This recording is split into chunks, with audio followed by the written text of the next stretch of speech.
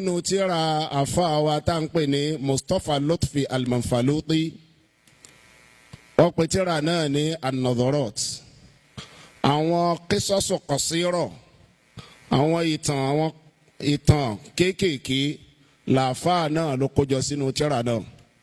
ìkan nínú ẹ̀ òun la fẹ́ fi kọ́ra wa lẹ́kọ̀ọ́ lónìí.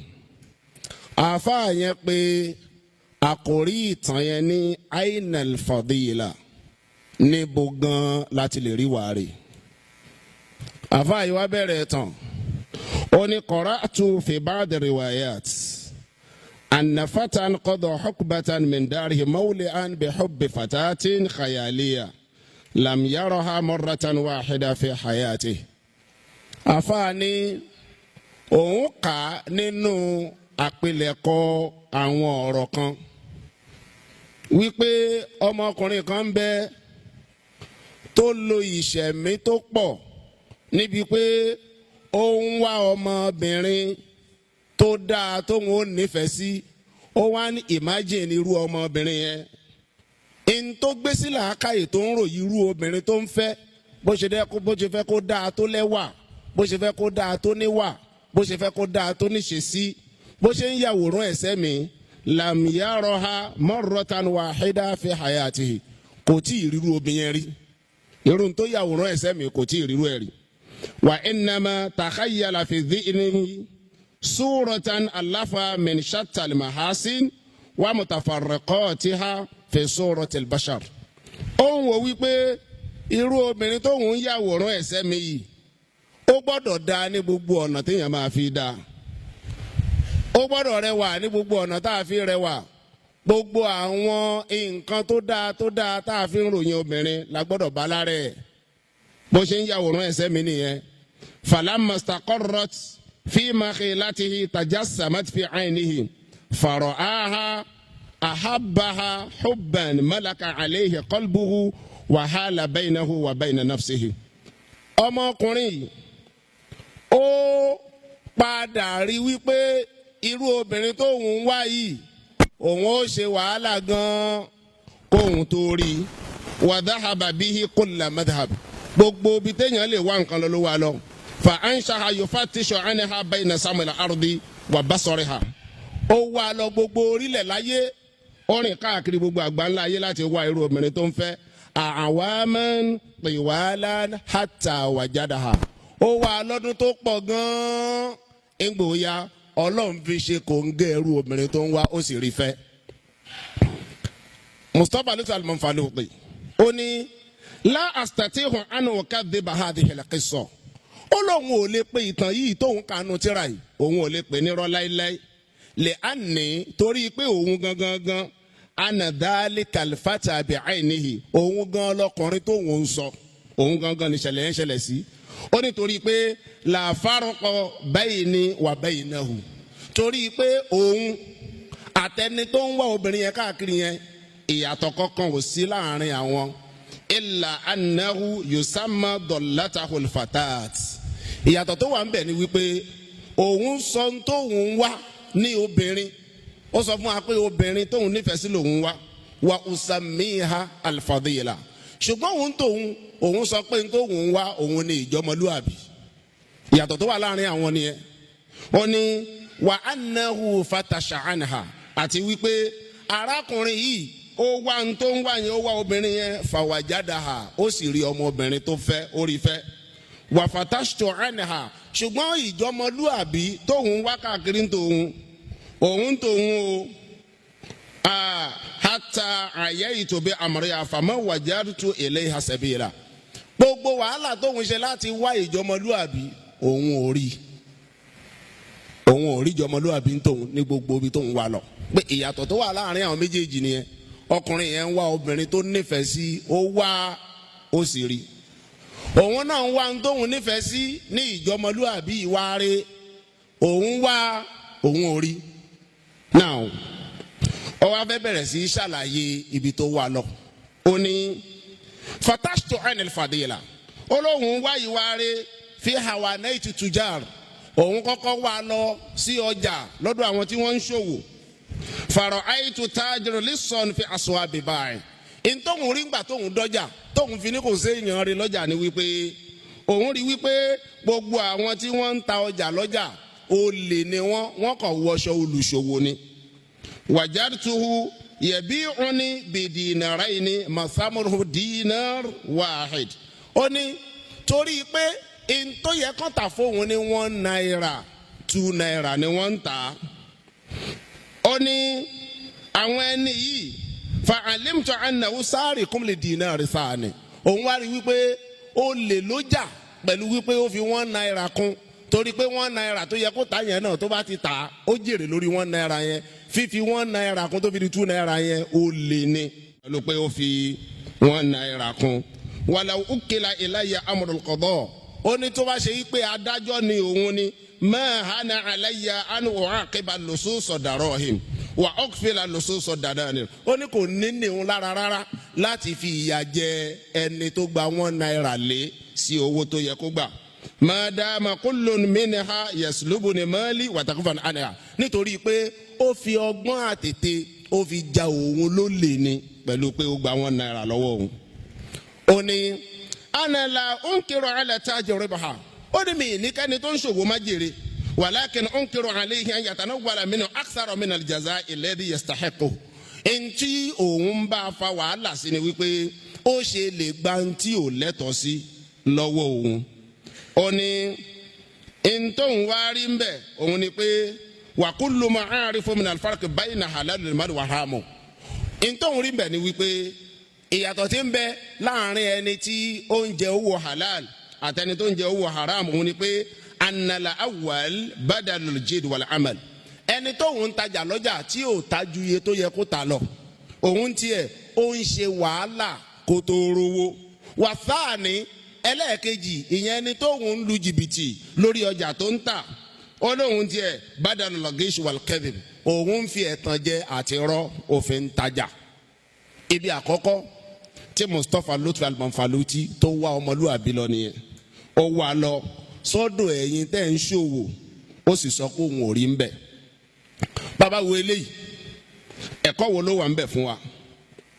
ẹ̀kọ́ tó wà ń bẹ̀ fún wa òun ni wípé lọ́dọ̀ àwọn tí wọ́n ń ta ọjà al-ghish ká ṣàbòsí ara ẹni wal-kadhb ká parọ́ fúnra ẹni ó pọ̀ láàrin jà. ẹ wá jẹ́ àwò ṣẹ́rí Mustapha Lutfi Al-Manfaluti tó ń kọ ìtàn yìí ibi tó ń rìn lọ́njọ́ náà lọ́hùn ilẹ̀ Misra ni ibẹ̀ ló rìn lọ tó ti lọ ṣe research tó ṣe yìí láti káàkiri. ẹ wá jẹ́ ká gbé wá sórílẹ̀-èdè wa Nàìjíríà ẹ jẹ́ ká gbé wá sáwùjọ tí kálukú wà tàdúgbò wa. ẹ̀yin tẹ́ ń tajà ń bẹ̀ ṣé rọ́lẹ̀ ń pa fún wa ní abẹ́ ń sòdodo? ṣé ẹ ṣàbòsí fún wa lórí ọjà tẹ́ ń tà abẹ́ ẹ ṣàbòsí? kí kálukú yẹrẹ wò dáadáa. ṣé n tí Mustapha Al-Manfaluti tó sọ iṣẹ́ ò rí bẹ́ẹ̀? kí ló sọ? ó lóun rí i pé gbogbo ẹ̀yin tẹ́ ń tajà pátá gbogbo yín lison fi aswabil ja'i fi aswabil ba'i. ó ní aṣọ olè lẹ́wọ̀ ṣùgbọ́n ẹ fi ojú hàn gẹ́gẹ́ bí ẹni tó ń ṣòwò pé ó lè gan-an lẹ̀ ń jà ẹ̀yin tẹ́ ń ṣòwò yẹn ṣùgbọ́n ẹ fi aṣọ òwò bóra. ṣé bẹ́ẹ̀ lórí àbí ò rí bẹ́ẹ̀? ṣé bọ́jà ṣe wọ́n láwùjọ wa lénìí tó wò tó ra nǹkan mọ́ ṣé bẹ́ẹ̀ náà lẹ́yìn dẹ̀ ṣe ra ń bi tẹ́ ti lọ rà? ṣé kìí ṣe pé ń parọ́ fún wa pé ẹkọ́nọ́mì le kẹ́yìn lè bá a jẹ èrè àjẹ pajúdé? ṣé kìí ṣe bẹ́ẹ̀ lẹ́ ń ṣe? ẹ̀jẹ̀ ayẹra wa wò. bàbá wo ní Al-Qur'an a rí i pé ọ̀rọ̀ ká máa fi àjẹra wa níbi òwò ọba àlekè ọlá ò mú pẹ̀lú ojú tó kéré. kódà ọlọ́run ọba àlekè ọlá ó dìídì gbé òjíṣẹ́ ọlọ́run ọba àlekè ọlá kan dìde. ọlọ́run gbé òjíṣẹ́ kan dìde nítorí ẹ̀yin tẹ́ ń ṣòwò. ọlọ́run ò ránṣẹ́ mi anabi wa Shuaib aleyhi salatu wa salam. ọlọ́run ní wa ila Madyana akhahum Shuaiban. ọba àlekè ọlá ó gbé anabi Shuaib dìde sí àwọn ará Madyan. kọ́ọ̀lù nígbà tí Shuaib dọ́dọ̀ wọn ó ní ya qawm mo pe ẹ̀yin ìjọ mi ubudullaha ẹ máa sin lọ́hùn ma lakum min ilahin ghayru ẹ gbọ́dọ̀ sin nǹkan mí lẹ́yìn ẹ̀ qad ja'atkum bayyinatun min rabbikum. ọba àlekè ọlá ti mú àlàyé wá báyìí látọ̀dọ̀ ẹ̀ wa awful kayl wal mizan wala tabkhasu an-nasa ashya'ahum wala tufsidu fil ardi ba'da islahiha. ọba àlekè ọlá ní Ṣuaibu ń sọ fún àwọn tí Ọlọ́run rán sí pé ẹ jẹ́ kí òṣùwọ̀n yín pé bẹ́ẹ̀ bá ń tajà, ẹ má ṣàbòsí fáwọn èèyàn níbi ọjà títà, torí pé ṣíṣàbòsí fún àwọn èèyàn ẹ ń ba orílẹ̀ ọba àlekè ọlá jẹ́ ni lẹ́yìn tọ́lọ́run ti tún ilẹ̀ ṣe.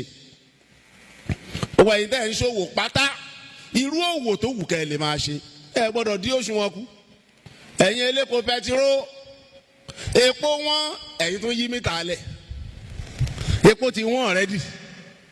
ẹ wo iye tí NNPC pé epo fún wa ní ti pé ká máa rà, ṣó tún yẹ kẹ́yìn tó yí mítà lẹ̀ ká wá ra epo yẹn tán kó ṣe pé atẹ́gùn lára lọ́dọ̀ yín.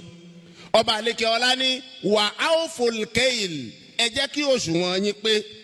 òun ẹ̀yin tẹ́ ń ta gàrí fún wa, tẹ́ ẹ ti jí òṣùwọ̀n ń dì í, ẹ ti gbá ike yẹn, ẹ ti sọ ké sínú omi gbóná, ó ti súnra kì, agolo ẹ ti jàn ń dì í, àbòsí lẹ̀ ń ṣe fún wa.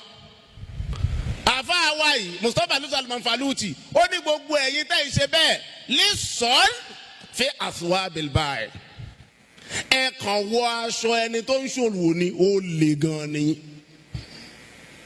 ó le ní, torí pé ẹ ń jà wá ní ó le tí kì í ṣe tí tó wà lọ́wọ́ wa. ẹ̀tọ́ yín ni ká ẹ ṣòwò ká ẹ jèrè, ṣùgbọ́n èwo lèrè tẹ́ ẹ fẹ́ jẹ níbi pẹ́ ní àwa la, èwo lèrè tẹ́ ẹ fẹ́ jẹ níbi pẹ́ ní wa la, kò sérè kankan fún yín níbi ìnira tẹ́ ní wa.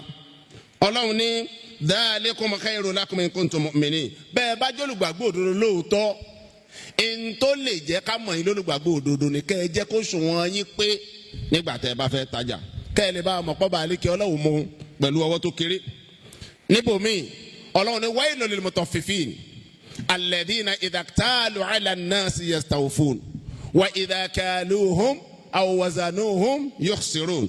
Ọlọ́run bá ní waylun lil mutaffifin, gbogbo ẹ̀yin tẹ́ ń ṣàbòsí níbi òwò, ẹ̀yin tí ẹ̀ ń dín òṣùwọ̀n kù, ẹ̀yin tẹ́ ń fi òwò tẹ́ ń ṣe lu àwọn èèyàn ní jìbìtì, ẹ̀yin elépo pẹtiró, elépo pupa, ẹ̀yin tẹ́ ń tòróró, ẹ̀yin tẹ́ ń ta ráìsì, ẹ̀yin tẹ́ ń tẹ̀wà, tẹ́ ń ta gàrí, ẹ̀ ń ta iṣu, ẹ̀ ń ta nàmọ́, ẹ̀ ń tèlùbọ́, ẹ̀ ń ta gbogbo àwọn nǹkan wọ̀nyẹn, ẹ wá dín òṣùwọ̀n yín kù, ẹ fi ń ní wá la. ntó yẹ kẹ́ ẹ tà fún wa kó pé ká délé káwọn kóńgò rẹ̀ sì kan tá a rà lọ́wọ́ yín kọ́ máa lọ bí agolo 13, a sì bá agolo 9 bẹ̀, odidi agolo bíi 5 ẹ̀yin sì yọ sọ́dọ̀ yín. Ọlọ́run ní waylun lil mutaffifin, gbogbo yíjú ẹ̀ tẹ́ ẹ̀ ṣe bẹ́ẹ̀ kò ní dáa fún yín. àyá Kùránì alwayl yẹn ni pé gbogbo yín lọ́lọ́run ó gbé jìnnà sáànù Ọlọ́run, ẹ̀yin lẹ́rù pé ń jèrè kò sí èrè ń bẹ̀ ẹ̀ ń tọ́ padà fi wo àárẹ̀ ọmọ, èrè ò sí ń bẹ̀ ntọ́lá ń wí nìyẹn. waylun lil mutaffifin, gbogbo ń tó rò pé o jẹ lérè tó délé lálẹ́ tó pé mo jèrè lénìí látara pé o dín òṣùwọ̀n kù. Ọlọ́run ní waylun lil mutaffifin, ìgbéjìnà sáànù Ọlọ́run kó máa bá gbogbo ẹni tó ṣe bẹ́ẹ̀. alladhina idha iktalu ala an-nasi yastawfun, ìwọ tó ṣe pé ìgbà tí wọn náà lọ rà níbi tó o ti rà wọ́n tà fún ó pè, wa idha kaluhum aw wazanuhum yukhsirun, ó wá fẹ́ tà fáwa ó wá ń dínkù. Ọlọ́run ní ala yadhunnu ulaika annahum mab'uthun, ṣé ẹ̀ ti ẹ̀rọ ni pé Ọlọ́run ọba àlekè Ọlá gbé yín dìde ńjọ́ kan li yawmin adhim, lọ́jọ́ tó tóbi, ọjọ́ tó gbóná, ọjọ́ tí wàhálà abẹ le, tó ṣe pé ẹni tí ò bá dín òṣùwọ̀n kù nìkan nínú ẹ̀yin tẹ́ ń ṣòwò nìkan ni yóò ń borí bọ́, gbogbo ẹ̀yin tẹ́ ń dín òṣùwọ̀n kù tó bá dijọ́ náà ẹ̀ ní bánu Ọlọ́run pàdé. torí ẹ jẹ́ á bẹ̀rù Ọlọ́run, ẹ jẹ́ á bẹ̀rù ọba àlekè Ọlá tó dá wa. àkọ́kọ́ nìyẹn nínú ibi tí Mustapha lùsàlù mọ̀nfàlùtì tó ṣe ìrìn àjò lọ, ńgbò kú lọ́jà torí pé òun ò rí èèyàn lọ́jà. ìgbà tó ṣe tán lọ́jà ó wá wò káàkiri ó rẹ́ nìkan, ó ní ainel fadila, ibo mo ti lè rí èèyàn rí ńgbà tí ò sí lọ́dún ẹ̀yin tẹ̀ ń tajà. ó ní wàá rìn síwájú ni o, ló bá tó mọ́nà pọ̀n. ńgbà tí ó kú ń bẹ̀ fatashtu anil fadila fi majalis al-qada, ó wá lọ sílé ẹjọ́, ó lọ ọ̀dọ̀ àwọn adájọ́, ó nígbà tóun débẹ̀ فرأيت أن أعدل القضاة من يعرس الحرس كله على أن لا يقع في تطبيق القانون الذي بين يديه.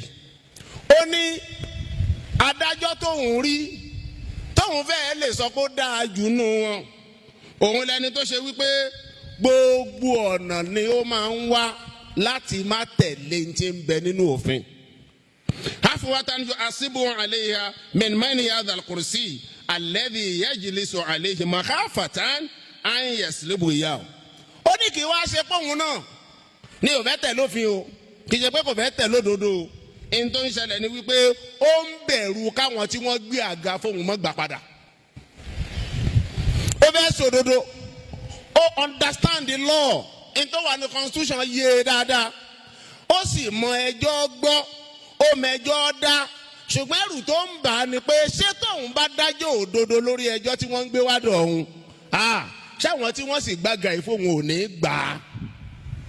ẹ̀rù tí ń ba ọ̀pọ̀lọpọ̀ adájọ́ nìyẹn. ó ní àmà insaful madlum wà darbu ala yadi zalim. ó ní ẹ̀ wá rí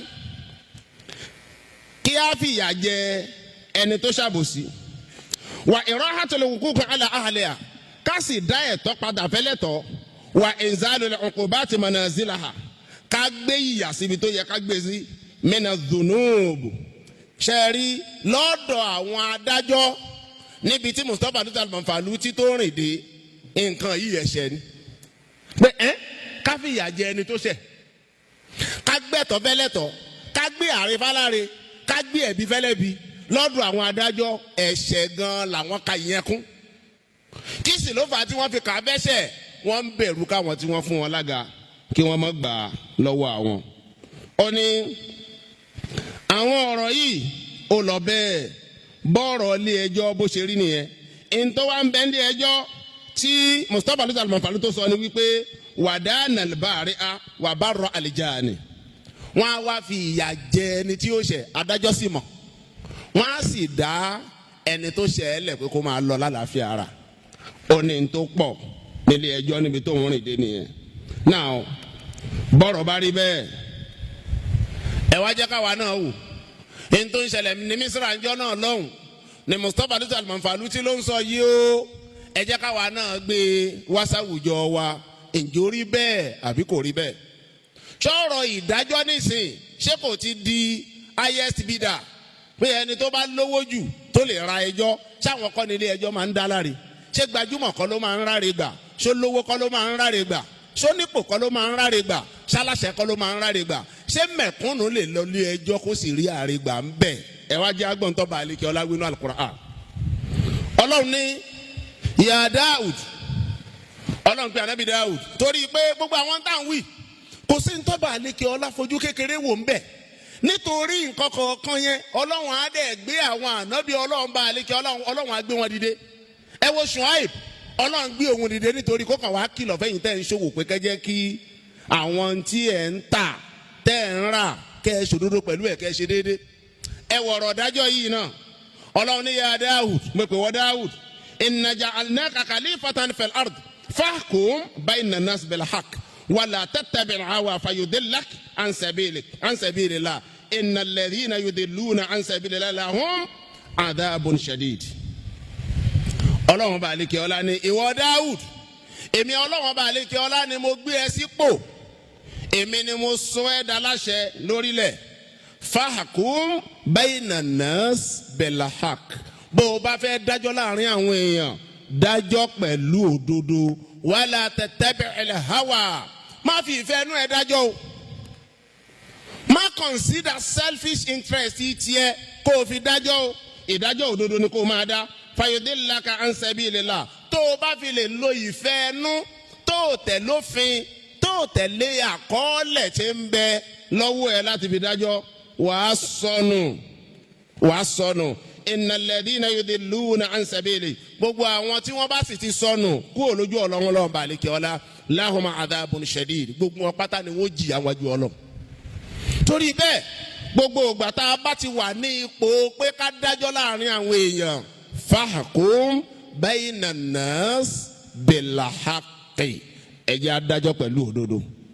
ẹ jẹ́ wàdí sí ànábì anabi wa Muhammad sallallahu alaihi wasallam ó ní al-qudatu thalatha ó láwọn adájọ́ mẹ́ta ni wọ́n ń bẹ wahid fil janna ìkan nínú àwọn adájọ́ mẹ́tẹ̀ẹ̀ta ni wọ́n wọ àlìjánná wasnan fin nar méjì nínú àwọn adájọ́ ni wọ́n wọ̀ náà gbogbo ẹ̀yin tẹ́ ń dádájọ́ àbẹ́yìn tẹ́ wà nípò kẹ́ ẹ dá àwọn èèyàn lẹ́bi tàbí láre gbọ́ àwọn adájọ́ mẹ́tẹ̀ẹ̀ta yìí kò wo ibi tí wọ́n fẹ́ bìlọ́ǹgì sí ń bẹ̀ ẹ rí anabi ní fa amma alladhi fil janna eléyìí tí ó wọ àlìjánná nínú àwọn adájọ́ fa rajulun arafa al-haqq òun lẹni tó wádìí òdodo dáadáa faqada bihi ó sì fòdodo dájọ́ wa rajulun ẹlẹ́ẹ̀kejì eléyìí tó ṣe wípé òun ò ní wà àlùjànnà òun ládájọ́ tó ṣe pé arafa al-haqq òun náà dá òdodo mọ̀ bíi tàkọ́kọ́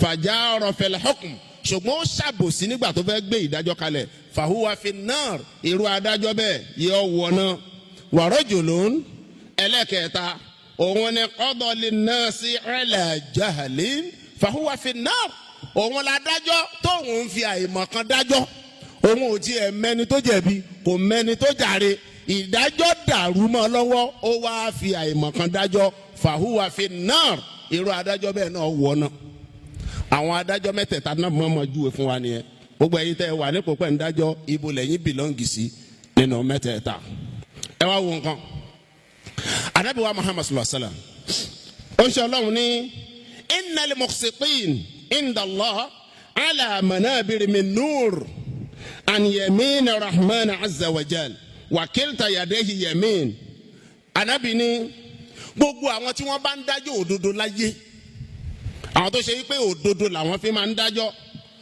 tí wọ́n bá dọ̀dọ̀ ọlọ́run ní anabi ní ọlọ́run bá lékè ọlá máa gbé wọn sórí mẹ́ńbàrí ìmọ́lẹ̀